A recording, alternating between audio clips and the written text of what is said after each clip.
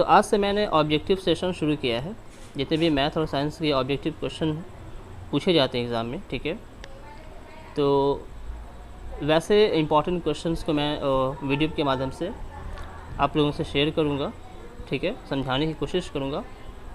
और I hope कि ये अच्छे से आपका रिवीजन भी हो जाएगा। ऑब्जेक्टिव क्वेश्चन काफ़ी मार्क्स से पूछे जाते हैं, ठीक है, एग्ज़ाम में आपके लिए फ़ायदेमंद होगा। वन बाय वन हम डेली, ठीक है, एक एक चैप्टर कवर करेंगे। तो आज मैंने साइंस का जो चैप्टर है फिजिक्स का, प्रकाश का परावर्तन तथा अपवर्तन, इससे स्टार्ट किया है, ठीक है। और टोटल मैंने 50 क्वेश्चन गेस किया है, ठीक है ना। देखते हैं कि ये 50 क्वेश्चन कौन कौन से हैं, इंपॉर्टेंट क्वेश्चन है, आगे आपको टेस्ट में या फिर एग्ज़ाम में काफ़ी फ़ायदेमंद होगा, काफ़ी फ़ायदा करेगा, ठीक है। तो आइए देखते हैं, शुरू करते हैं। पहला क्वेश्चन है, गोलीय दर्पण के परावर्तन पृष्ठ। गोलीय दर्पण, ठीक है, दो प्रकार के होते हैं, अवतल एंड उत्तल। तो हम अवतल दर्पण ले लेते हैं, ये हमारा एक गोलीय दर्पण है। के परावर्तन पृष्ठ, जहाँ से प्रकाश परावर्तित होती है, ठीक है, टकराकर, इस वाले पृष्ठ को, इसे हम परावर्तक पृष्ठ कहते हैं, है ना। यहीं से लाइट, ठीक है, टकराकर दूसरी दिशा में रिफ्लेक्ट हो जाती है, फिर मुड़ जाती है, ठीक है। के वृत्ताकार सीमा रेखा, यानी कि जो वृत्ताकार सीमा है रेखा, ठीक है ना, यानी कि जो वलय है, इसका व्यास कहलाता है, क्या कहलाता है। तो ये जो हमारा दर्पण होता है वो एक खोखले गोले का बना होता है, एज वी नो। तो इसका जो व्यास होगा, ठीक है, इसे हम इस चैप्टर में वक्रता त्रिज्या कहते हैं। तो हमारा option B is the correct answer, ठीक है, बी हमारा आंसर हो जाएगा, वक्रता त्रिज्या। नेक्स्ट क्वेश्चन पे आते हैं। क्वेश्चन 2 में कह रहा है, काफ़ी आसान क्वेश्चन है। दंत विशेषज्ञ, यानी कि जो दांत के डॉक्टर होते हैं, ठीक है, दंत विशेषज्ञ किस दर्पण का उपयोग मरीजों के दांतों का बड़ा प्रतिबिंब देखने के लिए करता है। यानी कि जब जो दांत के डॉक्टर होते हैं, दांतों का जांच करने के लिए, चेक करने के लिए, वो कौन से दर्पण का इस्तेमाल करते हैं, ठीक है। तो चूँकि दांत को काफ़ी बड़ा करके देखना होता है, ठीक है ना, और बड़ा प्रतिबिंब हमेशा अवतल दर्पण में ही प्राप्त होता है, ठीक है। तो डॉक्टर जो हमारे हैं वो अवतल दर्पण का इस्तेमाल करते हैं, ठीक है। आगे आते हैं नेक्स्ट क्वेश्चन पे। यदि किसी बिंब का प्रतिबिंब, यदि किसी बिंब कहते हैं वस्तु को, ठीक है, यदि किसी वस्तु का प्रतिबिंब, यानी कि बिंब का प्रतिबिंब का आवर्धन, अर्थात जो m है, ठीक है, वो ऋणात्मक हो, m क्या हो, ऋणात्मक अगर हो, निगेटिव अगर हो, तो उस प्रतिबिंब की प्रकृति क्या होगी, ठीक है। हम एक दर्पण ले लेते हैं, ठीक है ना, अवतल दर्पण। तो आपने पढ़ा होगा कि अवतल दर्पण में दो तरह के प्रतिबिंब बनते हैं, ठीक है। एक दर्पण के पीछे बनता है काल्पनिक, जो कि सीधा होता है, और बाकी सारे जो प्रतिबिंब होते हैं वो उल्टा बनता है दर्पण के सामने, ठीक है।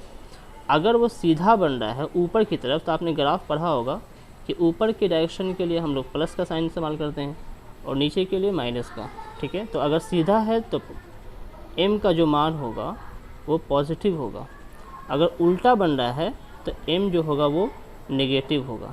यहाँ क्या बोल रहा है कि आवर्धन जो है वो ऋणात्मक है, तो जाहिर सी बात है कि जो प्रतिबिंब होगा वो उल्टा होगा, और उल्टा हमेशा वास्तविक होता है, ठीक है, काल्पनिक नहीं। सीधा हमेशा काल्पनिक होता है और उल्टा हमेशा वास्तविक होता है, यानी कि वास्तविक और ये उल्टा। तो वास्तविक और उल्टा कहाँ है, तो option A is the correct answer, ठीक है, ए हमारा करेक्ट आंसर होगा, वास्तविक और उल्टा। आते हैं नेक्स्ट क्वेश्चन पे। इसमें कह रहा है कि निम्नलिखित में से कौन उत्तल दर्पण की फोकस दूरी है। कौन फोकस दूरी, यानी कि एफ पूछ रहा है, ठीक है ना, किसकी, उत्तल दर्पण की, जिसकी वक्रता त्रिज्या 32 सेंटीमीटर है। वक्रता त्रिज्या 32 सेंटीमीटर। तो हम जानते हैं कि वक्रता त्रिज्या की आधी होती है फोकस दूरी, है ना। तो 32 का आधा कर देंगे तो हो जाएगा 16 सेंटीमीटर, ठीक है, ऑप्शन सी 16 सेंटीमीटर 32 का आधा। नेक्स्ट क्वेश्चन पे आते हैं। इसमें कह रहा है कि परावर्तन के नियम से निर्धारित होता है। तो परावर्तन के नियम से हमें पता है कि आपतन कोण, यानी कि एंगल आई, परावर्तन कोण एंगल आर के बराबर होता है, ठीक है। ऑप्शन हमारा हो जाएगा ए, आपतन कोण परावर्तन कोण के बराबर होता है, ठीक है। नेक्स्ट क्वेश्चन पे आते हैं। हवा यानी कि हवा में प्रकाश की चाल कितनी होती है, निर्वात में प्रकाश की चाल कितनी होती है?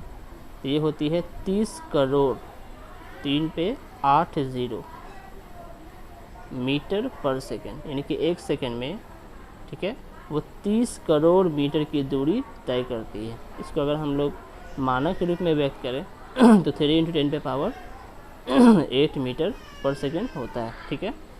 तो option A is the correct answer, 3 × 10 पे पावर 8 मीटर पर सेकेंड, ठीक है। आपको याद रखना है कि हवा में प्रकाश की चाल 3 × 10 पे पावर 8 मीटर पर सेकेंड होती है। अगर इसको किलोमीटर में कन्वर्ट करेंगे तो 3 × 10 पे पावर 5 यानी कि 3 लाख किलोमीटर पर सेकेंड, 3 0 कम कर देना है, ये किलोमीटर में हो जाएगा, ठीक है। इस क्वेश्चन पे आते हैं। प्रकाश तरंग उदाहरण है किसका? तो विद्युत चुंबकीय तरंग का, याद रखिएगा। प्रकाश तरंग जो होता है, ठीक है, लाइट फ्रीक्वेंसी, और विद्युत चुंबकीय तरंग का एक उदाहरण है। नेक्स्ट क्वेश्चन पे आते हैं। कह रहा है कि प्रकाश के परावर्तन के कितने नियम हैं? सिंपल 2 नियम है ना, आप स्क्रीन पर देख सकते हैं 2 नियम। नेक्स्ट क्वेश्चन पे आते हैं। किस दर्पण में बड़ा प्रतिबिंब बनता है? किस दर्पण में बड़ा प्रतिबिंब बनता है? समतल दर्पण में तो बराबर बनता है, उत्तल में छोटा बनता है, तो बचा कौन? इनमें से कोई नहीं, तो ये भी होगा नहीं है, ठीक है ना, ये भी नहीं, तो आंसर हो जाएगा आपका अवतल दर्पण। अवतल दर्पण में हाँ प्रतिबिंब हमेशा बड़ा बनता है, ठीक है, हमेशा नहीं, मतलब बड़ा बनता है, उसमें छोटा भी बनता है लेकिन बड़ा भी बनता है, बाकी सब में बड़ा नहीं बनता है, बराबर बनता है या छोटा बनता है, अवतल दर्पण में ही सिर्फ बड़ा बनता है। नेक्स्ट क्वेश्चन पे आते हैं। गोलीय दर्पण में, ठीक है, फोकसांतर यानी कि एफ, वक्रता त्रिज्या यानी कि आर में क्या रिलेशन है? तो हम जानते हैं कि एफ जो होता है वो आर का आधा होता है, यानी कि एफ बराबर r/2। कहाँ पे है भाई? तो सी नंबर, ठीक है, एफ बराबर r/2। नेक्स्ट क्वेश्चन आते हैं। सर्च लाइट का प्रवर्तक सतह, सर्च लाइट कहा जाता है किसी भी चीज़ को खोजने के लिए जो हम टॉर्च का इस्तेमाल करते हैं, तो उसके बैक साइड में एक दर्पण लगा होता है, ठीक है, इस शेप का है, और ये कौन सा शेप होता है? अवतल दर्पण का, ठीक है, आंसर हो जाएगा अवतल दर्पण, ऑप्शन बी, ठीक है। नेक्स्ट क्वेश्चन पे आते हैं। दाढ़ी बनाने में, यहाँ भी दाढ़ी बनाने में क्या होता है कि इमेज बड़ा दिखना चाहिए, ठीक है ना, तो बड़ा दिखने के लिए हमेशा अवतल दर्पण का इस्तेमाल किया जाता है, ठीक है। नेक्स्ट क्वेश्चन पे आते हैं। दर्पण सूत्र है वेरी इजी, 1/v है ना, plus 1/u is equal to 1/f, यानी कि option D is the correct answer. Next question पे आते हैं।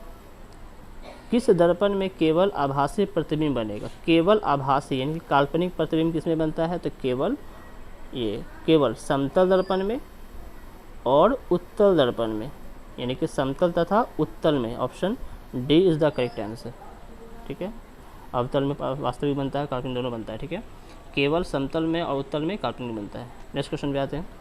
कह रहा है कि समतल दर्पण में प्रतिबिंब की प्रकृति क्या होती है? काल्पनिक होती है, ठीक है, यानी कि आभासी होती है, सीधी होती है और वस्तु के बराबर होती है। वास्तविक होती है, ठीक है, और भी होता है, ठीक है ना, सीधा भी होता है, ठीक है, ये भी ठीक है। वास्तविक और उल्टा नहीं, ये नहीं होता है, ठीक है। आभासी तथा बराबर, यानी कि ऑप्शन डी काल्पनिक और बराबर होता है, ठीक है, सीधा भी होता है लेकिन यहाँ पे साइज नहीं दिया गया, मेंशन किया है, तो option D is the correct answer, ठीक है। नेक्स्ट क्वेश्चन पे आते हैं। गोलीय दर्पण की फोकस दूरी उसकी वक्रता त्रिज्या की आधी होती है। गोलीय दर्पण की फोकस दूरी उसकी वक्रता त्रिज्या की आधी होती है ना, ये वक्रता त्रिज्या की आधी होती है। Next question, option A is the correct answer. बहुत आसान क्वेश्चन था। किसी वस्तु का आवर्धित काल्पनिक प्रतिबिंब बनता है। आवर्धित का मतलब होता है बड़ा, और काल्पनिक बन रहा है, ठीक है, तो वस्तु का आवर्धित काल्पनिक किस में बनता है? उत्तल, ये समतल में तो बराबर होता है या नहीं होगा, उत्तल में भी नहीं होगा, छोटा होता है, काल्पनिक छोटा होता है, सभी दर्पण में भी नहीं होगा, तो ऑप्शन होगा ए, ठीक है, अवतल दर्पण से। इस क्वेश्चन पे आते हैं। एक उत्तल दर्पण में बना प्रतिबिंब हमेशा होगा। एक उत्तल दर्पण में हमेशा प्रतिबिंब कैसा बनता है? तो हमेशा वो छोटा बनता है, ठीक है, वस्तु से हमेशा छोटा बनता है और काल्पनिक होता है। तो काल्पनिक और छोटा कौन होगा? हासित। काल्पनिक और हासित, हासित मतलब छोटा, तो option B is the correct answer, काल्पनिक और हासित। नेक्स्ट क्वेश्चन पे आते हैं। हासित मतलब छोटा। ईंट है, क्या है भाई? पारदर्शी। पारदर्शी कहते हैं जिसके आर पार लाइट चला जाता है, ईंट में नहीं जाता है। अपारदर्शी, जिसके आर पार लाइट नहीं जाता है, ठीक है। तो option B is the correct answer. पारभासी का मतलब होता है जिससे धुंधला दिखाई देता है, मतलब लाइट जो होता है वो थोड़ी बहुत आर पार जाती है, तो पारभासी भी नहीं होगा। कोई नहीं तो बाद में हम आएंगे, क्योंकि ऑप्शन बी हमारा मैच कर रहा है। ये अपारदर्शी पदार्थ ईंटा, ठीक है, आर पार लाइट नहीं जाती है इससे। हमारी आँखें जो देख सकती हैं वे वस्तुएं होती हैं। तो हमारी आँखें जिन वस्तुओं को देख पाती हैं उन्हें हम प्रदीप्त कहते हैं, ठीक है, प्रदीप्त। ओके, दीप्त या प्रदीप्त, सॉरी दोनों होता है, ठीक है, दीप्त या प्रदीप्त। Option C is the correct answer, ठीक है। नेक्स्ट क्वेश्चन पे आते हैं। क्वेश्चन कह रहा है कि एक मनुष्य समतल दर्पण की ओर, समतल दर्पण है ये, ठीक है, ये समतल दर्पण है। एक मनुष्य जो है, ठीक है, समतल दर्पण की ओर 3 मीटर पर सेकंड की स्पीड से आ रही है, 3 मीटर पर सेकंड। जाहिर सी बात है कि इसके पीछे में इसका इमेज बनेगा, है ना, दर्पण के पीछे। तो आखिर ये कितने स्पीड से इस तरफ आएगा? क्योंकि अगर ये इस तरफ आ रहा है 3 मीटर पर सेकंड की स्पीड से, तो ये भी इस तरफ आएगा, है ना। तो इसकी स्पीड क्या होगी? तो बस इतनी सी बात याद रखना है कि जितने स्पीड से वस्तु आता है उसके दुगने से ये आता है, ठीक है, यानी कि 6 मीटर पर सेकंड से हो जाएगा। तो option C is the correct answer, double, है ना। अगर ये 4 मीटर पर सेकंड से अगर ये आएगा दर्पण की तरफ, तो प्रतिबिंब उसका 8 मीटर पर सेकंड की स्पीड से आएगा, ठीक है। चलिए नेक्स्ट क्वेश्चन पे आते हैं। क्वेश्चन कह रहा है कि संयुग्मी फोकस संभव है। संयुग्मी फोकस क्या होता है? किसी भी गोलीय दर्पण में, कुछ भी नहीं, सॉरी, अवतल दर्पण की हम बात करें, केवल अवतल दर्पण के मुख्य अक्ष पर वैसा दो बिंदु, मुख्य अक्ष पर वैसा दो बिंदु जहाँ एक बिंदु पर अगर हम वस्तु रखें तो अगले बिंदु पर उसका प्रतिबिंब बनता है, ठीक है। और ये केवल अवतल दर्पण में ही संभव हो पाता है, क्योंकि एक ही मुख्य फोकस पर दो बिंदु होते हैं, जिसमें से एक पे अगर वस्तु रखा हो तो दूसरे पे प्रतिबिंब का निर्माण होता है। ऐसे दो बिंदु को ही हम संयुग्मी फोकस कहते हैं, ठीक है। ये केवल अवतल दर्पण में ही होता है, यानी option B is the correct answer. Next question पे आते हैं। कह रहे हैं कि एक उत्तल दर्पण की फोकस दूरी 20 सेंटीमीटर है, तो इसकी वक्रता त्रिज्या कितनी होगी? सिंपल, अवतल दर्पण की फोकस दूरी अगर 20 सेंटीमीटर है तो आर क्या होता है? एफ का डबल होता है ना। आर क्या होता है? एफ का डबल, यानी कि 2 × 20, आंसर क्या हो जाएगा?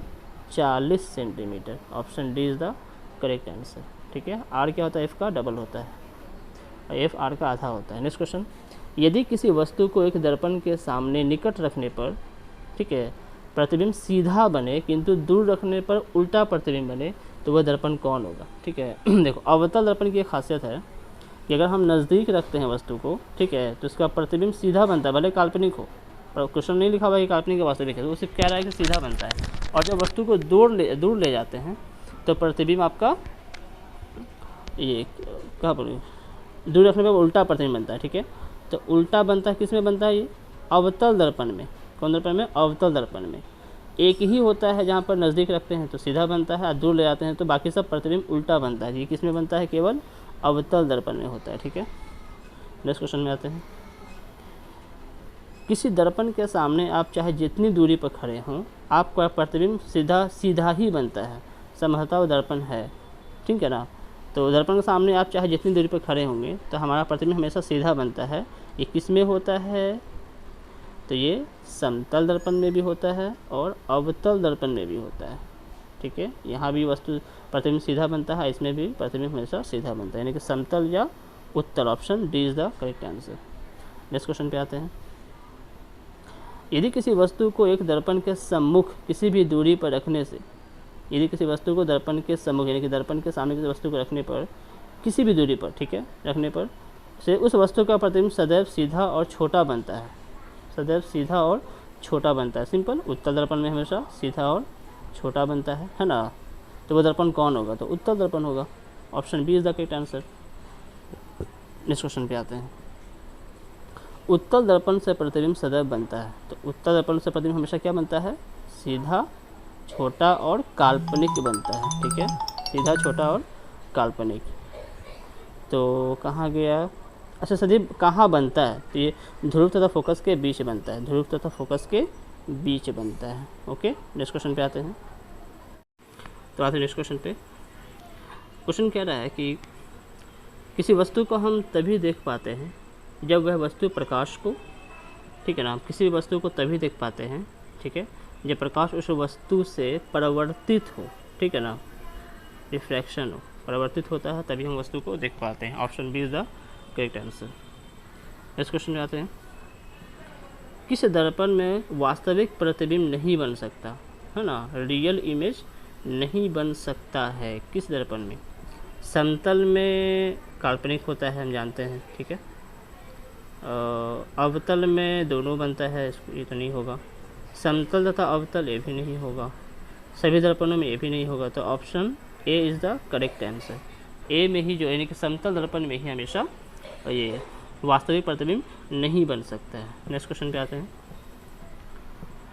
अवतल दर्पण के फोकस से, ठीक है ना, अवतल दर्पण हम एक बना लेते हैं, अवतल दर्पण, ठीक है, ये हमारा हो गया एफ, ये हमारा हो गया सी। तो अवतल दर्पण के फोकस से चलती किरणें, फोकस से चलती किरणें परिवर्तन के बाद क्या हो जाती है? तो मुख्य अक्ष के समानांतर हो जाती है, मुख्य अक्ष के समानांतर, यानी कि प्रधान अक्ष के समानांतर हो जाती है। Option A is the correct answer. Next question पे आते हैं।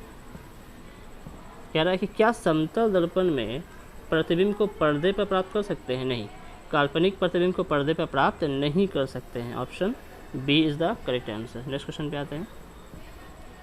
कह रहा है कि प्रकाश की एक किरण किसी समतल दर्पण पर, ठीक है, समतल दर्पण पर, समतल दर्पण ये हो गया, प्रकाश को किरण आ रही है, ठीक है, और 60 डिग्री का कोण बनाते हुए, 60 डिग्री का कोण बनाते हुए, ठीक है, तो उसका प्रवर्तन कोण क्या होगा उसका, ठीक है ना, प्रवर्तन कोण कौन होता है? तो यहाँ से अगर हम इसको बात करें, ठीक है, तो ये होता है आपतन कोण आई और ये होता है परिवर्तन कोण आर, ठीक है, ओके। तो ये होता है आई, ये होता है आर, ठीक है।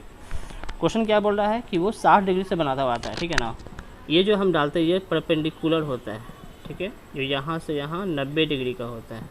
60 में से अगर हम 90 को हटा दें तो ये हो जाएगा 30 डिग्री, है ना, और दोनों कोण आपस में चूँकि बराबर होते हैं तो ये भी कितना होगा?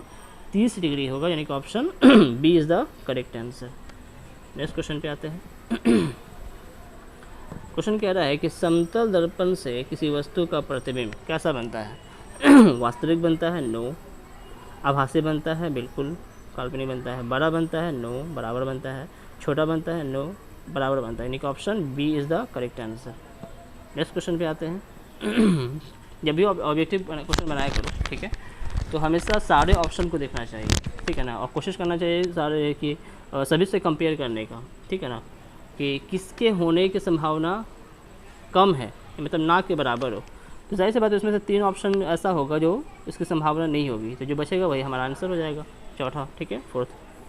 क्वेश्चन कह रहा है कि किसी वस्तु का अवतल दर्पण द्वारा, किसी वस्तु का अवतल दर्पण द्वारा, एक अवतल दर्पण बना देते हैं, ठीक है, द्वारा प्रतिबिंब आभासी सीधा तथा वस्तु से बड़ा पाया गया है।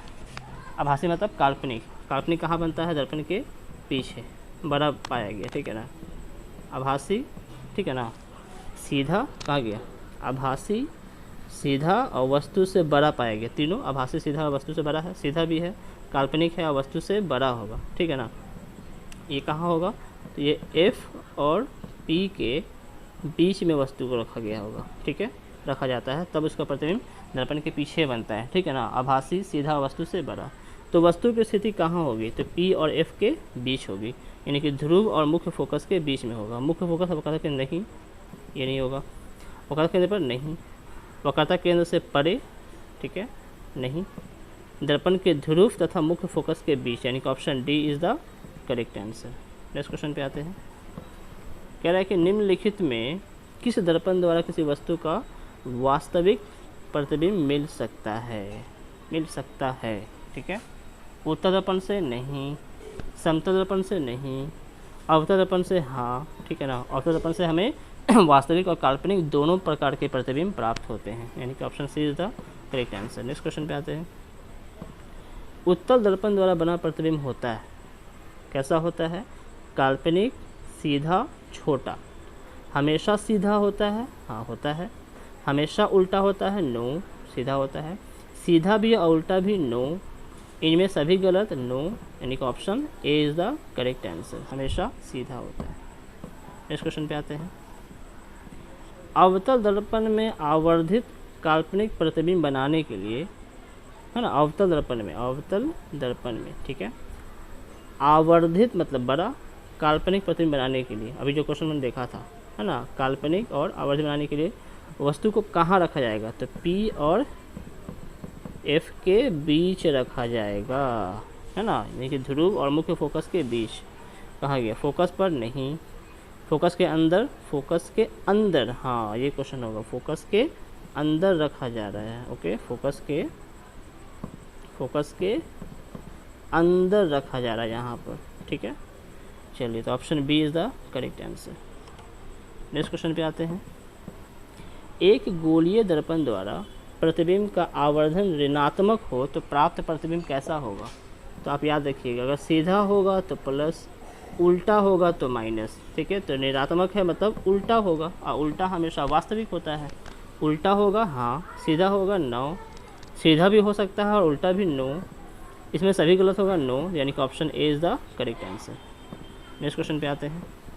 साइड मिरर के रूप में उपयोग होता है, हाँ गाड़ी का साइड मिरर में, ठीक है ना, जो गाड़ी होते हैं उसके साइड में जो दर्पण लगा होता है वो कौन सा दर्पण होता है? ठीक है, तो वो हमारा होता है उत्तल लेंस, नो दर्पण होता है वो। अवतल लेंस ये भी नहीं होगा, दोनों नहीं, इनमें से कोई नहीं, option D is the correct answer, ठीक है। यानी कि उत्तल दर्पण का इस्तेमाल किया जाता है, उत्तल दर्पण का, ठीक है ना, उत्तल दर्पण का उपयोग किया जाता है साइड मिरर के रूप में, लेंस का नहीं, इसलिए ऑप्शन डी, इनमें से कोई नहीं। ओके, नेक्स्ट क्वेश्चन पे आते हैं। सोलर कुकर में व्यवहार किया जाता है, सोलर कुकर में, ठीक है ना, ताकि यहाँ से सनलाइट अगर आए तो सब एक ही पॉइंट पर केंद्रित हो, है ना, एक ही पॉइंट पर केंद्रित हो। तो इसके लिए हम किस दर्पण का उपयोग करेंगे? अवतल दर्पण का। किस दर्पण का? अवतल, यानी कि option A is the correct answer. Next question पे आते हैं। सर्च लाइट का परावर्तक सतह होता है, फिर से वही, है ना, खोजने वाला जो होता है लाइट टॉर्च, इसका परावर्तक सतह कैसा होता है? अवतल होता है। क्या होता है? अवतल। B is the correct answer. उत्तल नहीं होता है, समतल भी नहीं होता है, उत्तल अवतल नहीं, ठीक है, केवल अवतल। नेक्स्ट क्वेश्चन पे आते हैं। प्रकाश की किरणें गमन करती हैं हमेशा सीधी, है ना, हमेशा सीधी रेखा में गमन करती हैं, यानी कि option A is the correct answer. कुछ क्वेश्चन आसान होते हैं, है ना। अच्छा, प्रकाश तरंग उदाहरण है किसका? तो हमने शुरू में देखा था विद्युत चुंबकीय तरंग का। नेक्स्ट क्वेश्चन पे आते हैं, option B is the correct answer. Next question. काल्पनिक प्रतिबिंब हमेशा सीधा होता है, ठीक है, हमेशा वो सीधा होगा और वास्तविक हमेशा उल्टा होता है। तो काल्पनिक हमेशा क्या होगा? सीधा, यानी कि सीधा होता है, बिल्कुल होता है, option A is the correct answer. Next question पे आते हैं। कह रहा है कि समतल दर्पण में प्रतिबिंब का आवर्धन होता है, समतल दर्पण में प्रतिबिंब का आवर्धन कितना होता है, इसको देखते हैं हम लोग, ठीक है। हाँ, तो क्वेश्चन है कि समतल दर्पण में प्रतिबिंब का आवर्धन होता है, क्या होता है भाई? 1 से कम नहीं होता है, 1 से ज़्यादा नहीं, 1 के बराबर होता है। ओके, 1 के बराबर होता है एम, ठीक है ना, यानी कि option C is the correct answer. Next question पे आते हैं। उत्तल दर्पण में परावर्तक सतह पर लंबवत, अच्छा उत्तल दर्पण में परावर्तक सतह पर लंबवत गिरती किरणें फोकस पर, ठीक है ना, कहाँ गई परावर्तक सतह पर लंबवत गिरती किरणें, उत्तल दर्पण में परावर्तक सतह पर लंबवत गिरती हुई किरणें फोकस पर क्या होती हैं? अभिसरित होती हैं, अपसरित होती हैं, समानांतर हो जाती हैं या अपसरित होती हैं, ठीक है। फोकस पर अपसरित होती हैं, क्या होती हैं? अपसरित, ठीक है ना, ये फोकस पे आता हुआ प्रतीत होता है, यानी कि option B is the correct answer. गोलीय दर्पण में प्रवर्तन के नियम का पालन, गोलीय दर्पण में प्रवर्तन के नियम का पालन नहीं होता है, गलत, होता है हाँ, दर्पण की प्रकृति के अनुसार होता है, बिल्कुल होता है। यहाँ विस्तृत परावर्तन होता है, विस्तृत परावर्तन होता है, नहीं। तो इसका आंसर होगा होता है या फिर दर्पण की प्रकृति के अनुसार होता है। नहीं, होता है, ठीक है। Option B is the correct answer. Next question पे आते हैं। गोलीय दर्पण में दूरियों को सदा किसके सापेक्ष मापते हैं? हमेशा ध्रुव के, बिल्कुल ध्रुव के सापेक्ष ही मापा जाता है, ठीक है ना, कि वस्तु कहाँ पर है ना, ध्रुव से ही मापा जाता है कि वस्तु कितनी दूरी पर है, प्रतिबिंब कहाँ बन रहा है, एफ कहाँ पर है, सी कहाँ पर है, आर कहाँ पर है, ये सब हम हमेशा ध्रुव से ही मापते हैं, फोकस के केंद्र से नहीं। नेक्स्ट क्वेश्चन पे आते हैं। चलिए, अनंत पर स्थित किसी बिंब का प्रतिबिंब अवतल दर्पण के फोकस पर बनता है, ठीक है, तो उसका आवर्धन क्या होगा? अनंत पर स्थित किसी बिंब का प्रतिबिंब, यानी कि किसमें है, अवतल दर्पण में। अवतल दर्पण में कोई वस्तु अनंत पर है तो इसका प्रतिबिंब कहाँ बनता है? तो इसका प्रतिबिंब हमेशा एफ पर बनता है, ठीक है, एफ पर, है ना, और बहुत छोटा होता है, वस्तु से बहुत छोटा होता है, उल्टा होता है, तो इसका आवर्धन क्या होगा? m 0 के बराबर होगा? नहीं।